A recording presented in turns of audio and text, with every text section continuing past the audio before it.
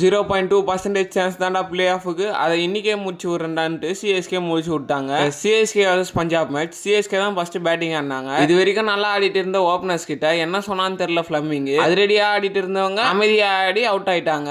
போலயே power பிளேக்குள்ளேயே 3 wicket பார்த்தீங்கன்னா loss பண்ணிட்டாங்க. அதுக்கப்புறம் சாம் கரனும் டெவால் பிரூஸும் சேர்ந்து ஒரு நல்ல பார்ட்னர்ஷிப் கொடுத்தாங்கன்னே சொல்லணும். முக்கியமா சாம் கரன் மொமெண்டம் விடாம ஒவ்வொரு ஓவர்லயும் பார்த்தீங்கன்னா பவுண்டரி அடிச்சுட்டே இருந்தாரு. மேட்ச் நல்லா தான் போயிட்டு இருந்துச்சு. சாம் கரன்லாம் பார்த்தீங்கன்னா தெருக்கி விட்டு இருந்தாரு. ஒரு 220 அடிக்க போறாங்கன்னு நினைக்கும் போது வந்தாருங்க சகால். ஒரே ஒரு 4 விக்கெட்டு, அடுத்த ஓவர் ஆல் அவுட். 190 அடிச்சாலுமே எனக்கு நம்பிக்கை இல்லைன்னு தான் சொல்லுவேன். ஏன்னா ஃபார்ம் அவுட்ல இருக்க சாம் கரனே இந்த அடி அடிக்கும் போது ஃபார்ம்ல இருக்க பேட்ஸ்மேன்ஸ் அவங்க எப்படி அடிப்பாங்கன்னு தான் நினைச்சேன். பட் ஸ்லோவாக தான் ஸ்டார்ட் பண்ணாங்க பஞ்சாப். அதுக்கப்புறம் பார்த்தீங்கன்னா டேக் ஆன் பண்ணி போட்டு பழந்து போட்டாங்கன்னே சொல்லணும். எந்த டைம்லலாம் ப்ரெஷர் ஆகுறாங்களோ அந்த டைம்லலாம் பார்த்தீங்கன்னா பிரசிம்ரன் ஒரு 4 ஒரு 6 பார்த்தீங்கன்னா அடிச்சு விட்டுறாரு. அதுக்கப்புறம் என்ன நம்ம 10 ரன்னாவை போட்டு பொலக்க ஆரம்பிச்சாரு பாருங்க ஐயர். மேட்ச் அப்படியே முடிஞ்சு எனக்கு இவன் 20 ரன் கொடுக்குறதுலாம் பிரச்சனை இல்லைங்க, ஒய்டு போடாமல் போட்டாலே போதும்னு நான் நினைக்கிறேன். எனிவே சிஎஸ்கே ஃபர்ஸ்ட் டீமாக பார்த்தீங்கன்னா அஃபிஷியலாக பார்த்தீங்கன்னா எலிமினேட் ஆகிட்டாங்க. அடுத்த வருஷம் ஒரு வெறியான கம்பேக் இருக்குன்ட்டு நான் நினைக்கிறேன். அப்படி நீங்கள் நினச்சினா இந்த ஒரு வீடியோ கிளிக் கொடுத்து நம்ம சேனலை பார்த்தீங்கன்னா சப்ஸ்கிரைப் பண்ணுங்க.